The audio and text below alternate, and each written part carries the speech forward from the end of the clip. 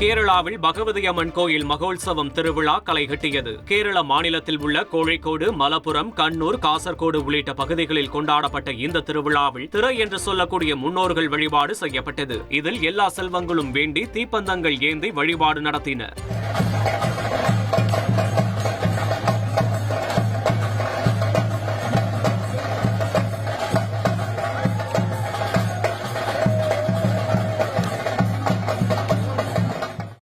கேரளாவில் குற்றவாளியை பிடிக்க வந்த போலீசாரை அறைக்குள் வைத்து பூட்டிய மார்க்சிஸ்ட் கம்யூனிஸ்ட் கட்சி தொண்டர்களின் செயல் கண்டனத்திற்கு உள்ளாகியுள்ளது. கண்ணூர் மாவட்டம் தலசேரி மனுலைக்காவு கோயில் திருவிழாவின் போது போலீசார் மீது தாக்குதல் நடத்திய குற்றவாளியை போலீசார் பிடிக்க சென்றபோது இந்த சம்பவம் நடந்துள்ளது. இதில் சிசிடிவி காட்சிகளின் அடிப்படையில் 55 மார்க்சிஸ்ட் கம்யூனிஸ்ட் கட்சி தொண்டர்கள் மீது வழக்கு பதிவு செய்யப்பட்டுள்ள நிலையில் அதில் 2 பேரை போலீசார் கைது செய்துள்ளனர். மற்றவர்களை தேடி வருகின்றனர்.